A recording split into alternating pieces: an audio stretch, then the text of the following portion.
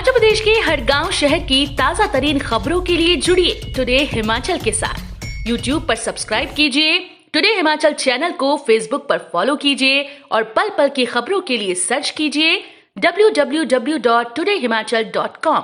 आपका विश्वास हमारी पहचान। 300 पदों को भरने की मंजूरी, कई स्कूल और स्वास्थ्य केंद्र होंगे अपग्रेड, जाने कैबिनेट के बड़े फैसले। हिमाचल प्रदेश कैबिनेट की बैठक सोमवार को मुख्यमंत्री जयराम ठाकुर की अध्यक्षता में राज्य सचिवालय शिमला में आयोजित की गई। बैठक में कई बड़े फैसले किए गए। कैबिनेट ने विभिन्न विभागों में विभिन्न श्रेणियों के करीब 300 पदों के सृजन व भरने की मंजूरी दी। इसके अलावा स्कूल स्वास्थ्य केंद्रों को खोलने व अपग्रेड करने की मंजूरी दी गई। 17 फरवरी से प्री प्राइमरी से लेकर 8वीं कक्षा तक के सभी स्कूल्स को खोलने का फैसला किया गया।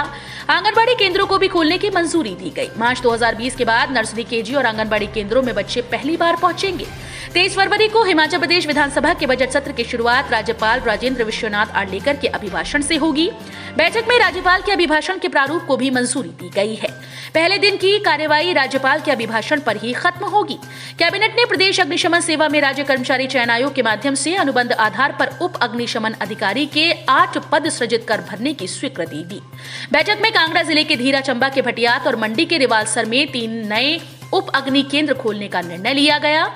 शिमला के चिड़गांव, हमीरपुर के भोरंज और अटल टनल रोहतांग के साउथ पोर्टल में 3 नई फायर पोस्ट खोलने को मंजूरी दी गई। प्रत्येक नवसृजित उप अग्नि केंद्र के लिए उप अग्निशमन अधिकारी का 1 पद, लीडिंग फायरमैन के 2 पद, फायरमैन के 14, चालक और पंप ऑपरेटर के 6 पद भरने का निर्णय लिया गया। जयराम मंत्रिमंडल ने कर्मचारियों की तर्ज पर संशोधित पेंशन की सौगात दी। पेंशनर्स और पारिवारिक पेंशन भोगियों को 1 जनवरी 2016 से इसका लाभ दिया जाएगा।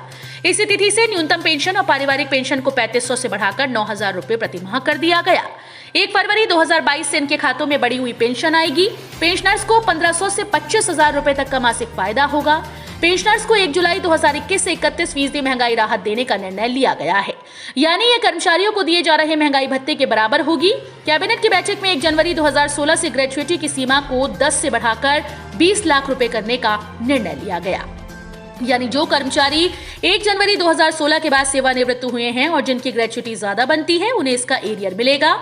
ऐसे करीब 43,000 पेंशनर हैं। ग्रेच्युटी से 10 लाख की कैप हटने का लाभ न्यू पेंशन स्कीम कर्मचारियों को मिलेगा। एनपीएस कर्मचारियों को इनवैलिड पेंशन और पारिवारिक पेंशन देने का निर्णय लिया गया है, जिस पर 250 करोड़ रुपए खर्च किए जाएंगे। प्रदेश में 80 वर्ष से ज्यादा आयु के पेंशन भोगियों और पारिवारिक पेंशन भोगियों को संशोधित पेंशन और पारिवारिक पेंशन पर दे अतिरिक्त लाभ भी दिए जाएंगे। कैबिनेट ने किन्नौर जिले में जल शक्ति मंडल रिकांगपिओ के तहत सांगला में जल शक्ति उपमंडल और कड़छम में नया जल शक्ति अनुभाग खोलने का निर्णय लिया। इन कार्यपालकों के सुचारू संचालन के लिए विभिन्न श्रेणियों के 4 पदों का सृजन कर उन्हें भरने को स्वीकृति दी गई। जिला कुल्लू के मनाली विधानसभा क्षेत्र के कटराई में जल शक्ति मंडल और बंजार विधानसभा क्षेत्र के बजौरा में जल शक्ति उपमंडल खोलने का निर्णय लिया। इस मंडल के तहत नए अनुभाग के सृजन और इसके कार्यालय के संचालन के लिए विभिन्न श्रेणियों के 21 पदों के सृजन को मंजूरी दी। बैठक में जल शक्ति मंडल नंबर 2 कुल्लू को कर्मचारियों सहित शमशी से लारजी स्थानांतरित किया जाएगा। कांगड़ा जिले की तहसील नूरपुर के सदवा में उप तहसील खोलने को अनुमति मिली।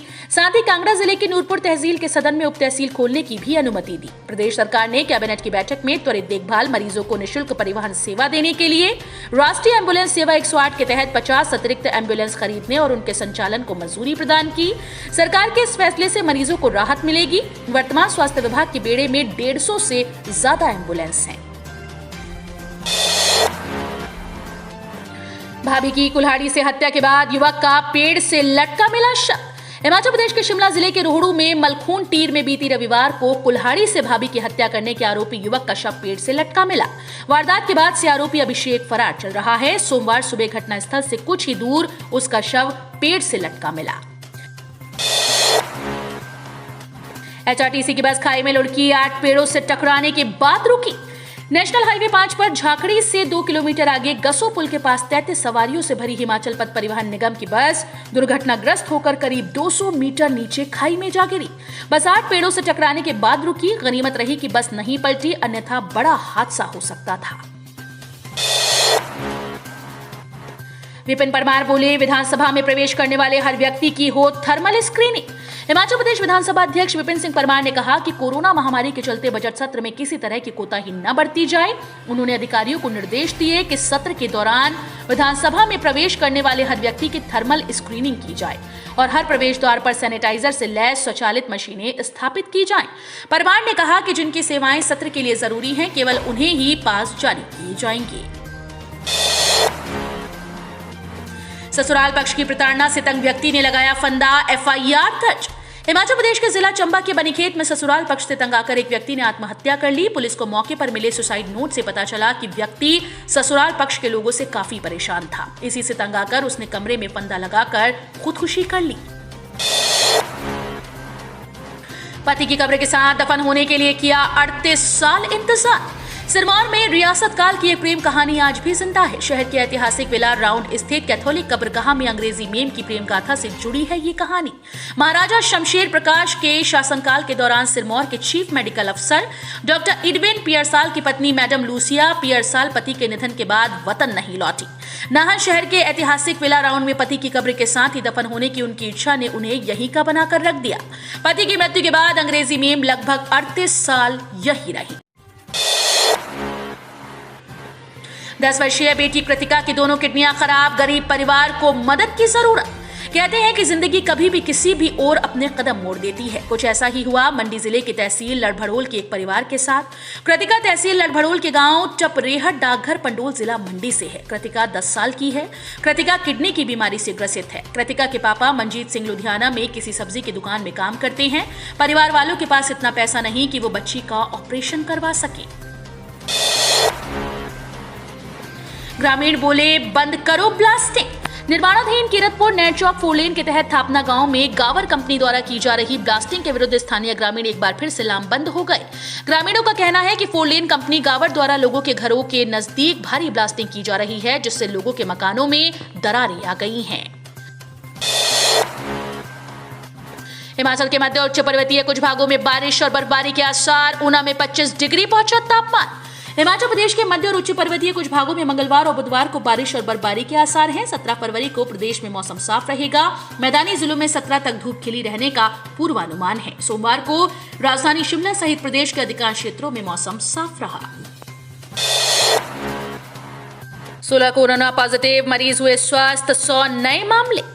जिले में सोमवार को 216 कोरोना पॉजिटिव मरीज सामने आए, साथ ही 100 नए संक्रमित मामले सामने आए। वर्तमान में एक्टिव मरीजों का आंकड़ा 877 पहुंच गया। सोमवार को लोहना, अपर मेंझा व डीपीआरओ ऑफिस धर्मशाला के 2, आयुर्वेदिक कॉलेज पपरोला का 1, नगरोटा बंगवा के 3, टीएमसी का 1, साई थुरल व जसूर के 2, रे के 3 और बतलाहड़ के 4 मामलों सहित जिले के अन्य क्षेत्रों से भी कोरोना संक्रमित मामले सामने आए। सीएमओ कांगड़ा डॉक्टर गुरदर्शन गुप्ता ने बताया कि जिले में अभी तक 62,537 मामले सामने आए हैं, जिनमें से 60,240 मरीज स्वस्थ हुए, जबकि 1234 मरीजों की मौत हो चुकी है। तो ये थे हिमाचल प्रदेश से जुड़े हुए आज के ताजा तरीन समाचार। उम्मीद करते हैं आपको जरूर पसंद आए होंगे। थोड़े से भी पसंद आए हो तो चैनल को सब्सक्राइब और वीडियो को लाइक करना बिल्कुल ना भूलें।